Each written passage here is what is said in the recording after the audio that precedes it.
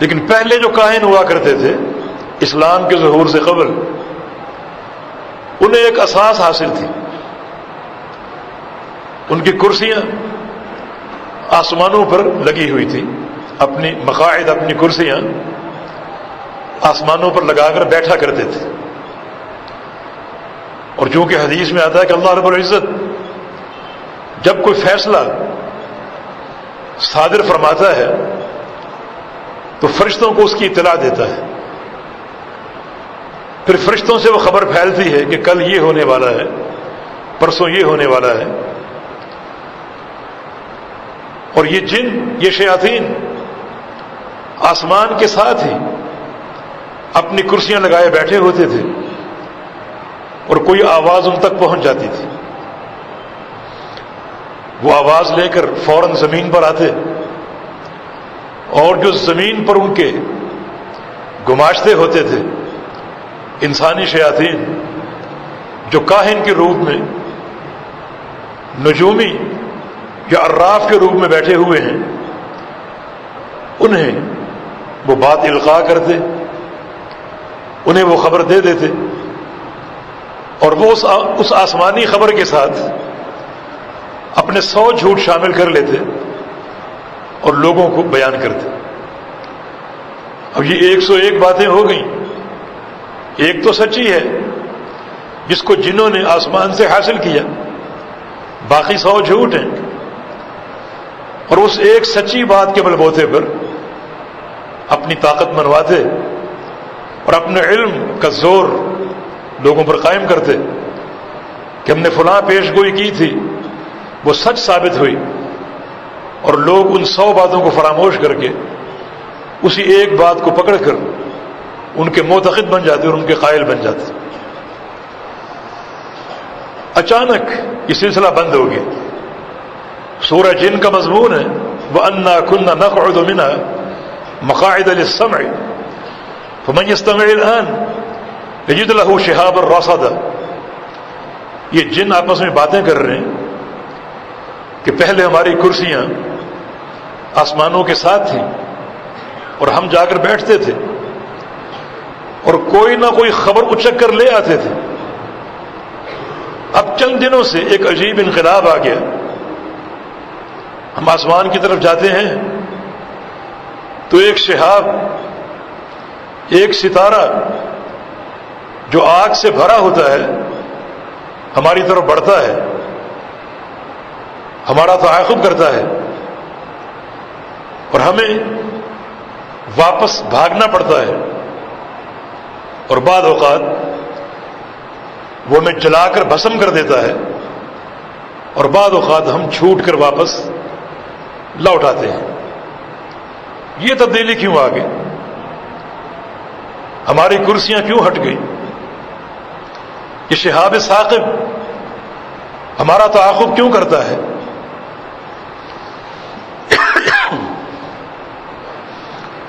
لگتا ہے کہ دو میں سے ایک بات ہے، اشر ارید من فی الارض ام اراد بہم ربہم رشدا۔ یا تو اللہ تعالی نے آسمان کی اس ایک آدھ خبر کو بھی روک کر یہ فیصلہ فرما لیا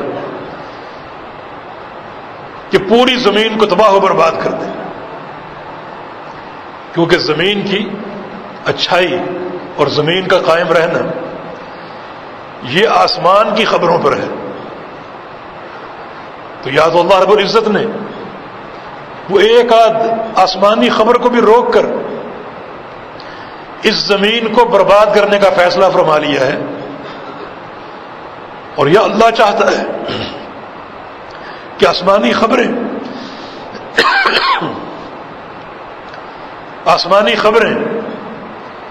اس ذریعے سے پہنچانے کی بجائے اپنے ایک نبی کا انتخاب کروں، اپنے فیصلے، اپنی خبریں اس نبی کے ذریعے لوگوں تک پہنچاؤں جو کہ سراسر حق ہوگا۔ تو دو میں سے ایک بات ضرور ہے، یا تو اللہ رب العزت ان خبروں کو روک کر پوری زمین کی بربادی کا فیصلہ فرما چکا ہے، کیونکہ زمین کی برکتیں، زمین کی رحمتیں، زمین کی بقا آسمانی خبروں کے ساتھ، اور یا پھر اللہ چاہتا ہے کہ خبروں کے پہنچنے کے اس طریقے کو بند کر کے اپنے ایک نبی کا انتخاب کروں، اس نبی پر وحی بھیجوں، آسمانی فیصلوں سے اس نبی کو آگاہ کروں۔ اگر یہ ارادہ ہے تو یہ پھر زمین والوں کے ساتھ انتہائی بھلائی کا اور اچھائی کا ارادہ ہے۔ تو دو میں سے ایک بات ضرور ہے۔ چنانچہ یہ جن یہ فیصلہ کرتے ہیں کہ ہم اپنے وفد اس زمین پر پھیلا دیں، جن گھومے پھریں اور دیکھیں کہ یہ تبدیلی کیوں رونما ہوئی، انقلاب کہاں بپا ہوا ہے۔ ادھر یہ باتیں ہو رہی ہیں اور جنوں کے وفود پھیلنا شروع ہو گئے، ادھر اللہ تعالیٰ اپنے نبی کو بھیج چکا ہے اور نبی اپنی دعوت کا آغاز کر چکا ہے، اور نبی نے دیکھا کہ یہ قوم اس دعوت کو قبول کرنے پر آمادہ نہیں ہے، اور وہ نبی جو اس دعوت کے ملنے سے پہلے صادق اور امین تھا، اس دعوت کے ملنے کے بعد اپنے معاشرے میں اجنبی بن گیا اور بہت بڑی غربت کا شکار ہو گیا، اور اس نبی نے ایک موقع پر یہ کہہ دیا کہ تم نے میری بات نہیں مانی، اب میں بیگانوں کے پاس جاتا ہوں، دیکھنا وہ کس طرح اس بات کو قبول کریں گے اور توحید کے پیغام کو مانیں گے۔ چنانچہ محمد الرسول اللہ صلی اللہ علیہ وسلم اپنے غلام زید بن حارثہ کو لے کر طائف چلے گئے۔ جنوں کے قافلے گھوم پھر رہے ہیں اور نبی وادی طائف میں پہنچ چکے۔ اہل طائف کو جمع کیا اور کہا کہ قولوا لا الہ الا اللہ تفلحوا، اے طائف والو، میں اللہ کا سچا نبی ہوں، تم اللہ کی توحید کو مان لو، فلاح پا جاؤ گے، کامیاب ہو جاؤ گے۔ مگر طائف والوں نے بھی بڑا برا سلوک کیا، پتھر مارے، پتھروں کی بوچھاڑ کر دی، اور نبی علیہ السلام کو وہاں بڑی اذیتیں برداشت کرنی پڑی۔ رسول اللہ صلی اللہ علیہ وسلم کے فرمانے کہ عائشہ، جنگ احد میں مجھے کافی گہرے زخم آئے، لیکن جو تکلیف مجھے وادی طائف میں ہوئی، جنگ احد کی تکلیف اس سے بہت معمولی تھی۔ چنانچہ ایک موقع ایسا آیا کہ رسول اللہ صلی اللہ علیہ وسلم پر اس قدر پتھر مارے گئے کہ پیغمبر علیہ السلام اپنے ہوش و حواس میں قائم نہ رہ سکے، اور جدھر آپ کا منہ اٹھا آپ بھاگ پڑے۔ نبی علیہ السلام فرماتے ہیں کہ جب مجھے کچھ ہوش آیا تو میں طائف کے قریب ایک اور وادی میں تھا، اور فرشتے میرے سر پہ سایہ کیے ہوئے تھے اور مجھ سے استدعا کر رہے تھے کہ آپ ایک اشارہ کر دیجئے، ہم ان دو پہاڑوں کے بیچ میں اس پوری طائف کی قوم کو پیس کے رکھ دیں۔ مگر رسول اللہ صلی اللہ علیہ وسلم نے جواب دیا کہ بعثت رحمتا ولم ابعث لعانا، مجھے رحمت بنا کر بھیجا گیا ہے، لعنت اور زحمت بنا کر نہیں۔ آپ نے دعا کی کہ اللہم اغفر لقومی فإنہم لا يعلمون، اللہم اہد قومی فإنہم لا يعلمون، یا اللہ یہ میری قوم ہے، اس کو ہدایت دے دے۔ اس نبی کو علم نہیں، اس قوم کو علم نہیں ہے نبی کا مقام کیا ہے اور نبی کی دعوت کا مقام کیا ہے۔ یہ پیغمبر علیہ السلام کا حلم ہے، جس قوم نے پتھر مارے تھے اس قوم کو دعائیں دے رہے، اس قوم کو اپنی قوم کہہ رہے ہیں، اور جو انہوں نے معاملہ کیا پتھر مارنے کا اس کا عذر پیش کر رہے ہیں کہ یا اللہ یہ قوم معذور ہے، اسے معلوم نہیں ہے، اس قوم کو علم نہیں، یہ نبی کا حلم ہے۔ چنانچہ پیغمبر علیہ السلام وادی طائف سے نکلے۔ آپ اندازہ کریں کتنی بوجھل طبیعت ہوگی۔ آپ اہل مکہ سے کہہ کر آئے تھے کہ تم نے میری بات نہیں مانی، اغیار مان لیں گے، بیگانے مان لیں گے، مگر اہل طائف نے کیا سلوک کیا آپ کے سامنے؟ کن بوجھل قدموں سے آپ مکہ کی طرف لوٹ رہے ہوں گے؟ چنانچہ ایک باغ میں آپ کو عارضی پناہ دی گئی، فجر کا وقت ہو گیا، یقیناً اس وقت آپ کے جذبات عجیب ہوں گے اور یہ بھی سوچ رہے ہوں گے کہ میرے مشن میں کوئی غلطی تو نہیں رہ گئی کہ لوگ میری بات کو مان نہیں رہے۔ اس موقع پر حوصلے پست ہو جاتے ہیں، حوصلے ٹوٹ جاتے ہیں۔ چنانچہ اسی کیفیت میں پیغمبر علیہ السلام ایک باغ میں داخل ہوئے اور اپنے غلام کے ساتھ آپ نے فجر کی نماز پڑھی، جماعت کرائی۔ وہ جن جو اس زمین پر پھیلے ہوئے ہیں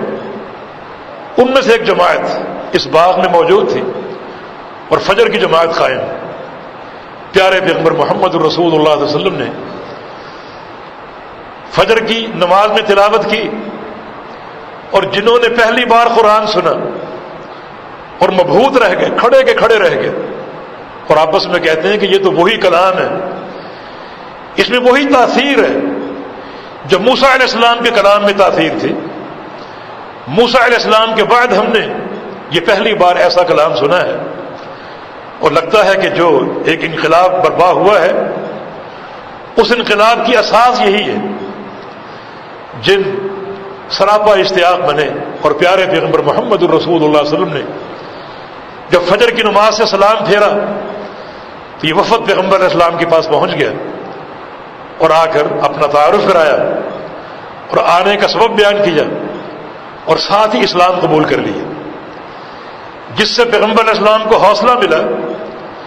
کہ میرا مشن ضرور آگے بڑھے گا، اور یہ مشن کی کامیابی کی دلیل ہے کہ جنوں کی ایک جماعت مسلمان ہو گئی اور اب یہ اپنی قوم کی طرف لوٹے گی، اپنی قوم کو خبر دے گی، اور دین اسلام جنوں میں پھیل جائے گا۔ اور ایسا ہی ہوا، جن حلقہ بگوش اسلام ہوئے اور پیغمبر علیہ السلام کا مشن کامیابی سے آگے بڑھنا شروع ہو گیا۔ یہ سبب تھا آسمان کی خبروں کے ختم ہونے کا، ان کی کرسیاں ہٹا دی گئیں، جو ایک آدھ خبر ان جنوں کے ذریعے زمین پر پہنچتی تھی اس کا سلسلہ بند ہو گیا۔ اب معاملہ یہ ہے کہ آسمان کی ہر خبر، ہر پیغام، ہر ہدایت، ہر فیصلہ اللہ کی وحی بن کر آئے گا ایک ہی شخصیت پر، اور وہ محمد الرسول اللہ صلی اللہ علیہ وسلم ہے، اور کوئی نہیں۔ اب اس پوری کائنات پر فرض ہوگا کہ کسی کی باتوں میں نہ آئے، کسی کے دعووں کو نہ سنے، اور صرف ایک ہی شخصیت کی غلامی قبول کر لے، اس کے سوا ہر خبر کا انکار کر دے، ہر مخبر کا انکار کر دے۔ ایک ہی مخبر پر حق ہے اور ایک ہی شخصیت کی خبر، ہر خبر سچی ہے، اور وہ محمد الرسول اللہ صلی اللہ علیہ وسلم۔ چنانچہ جو کہانت کی ایک شکل تھی وہ بالکل ختم ہو گئی، جو ایک آدھ خبر صحیح نکلتی تھی اس کا راستہ مسدود کر دیا گیا،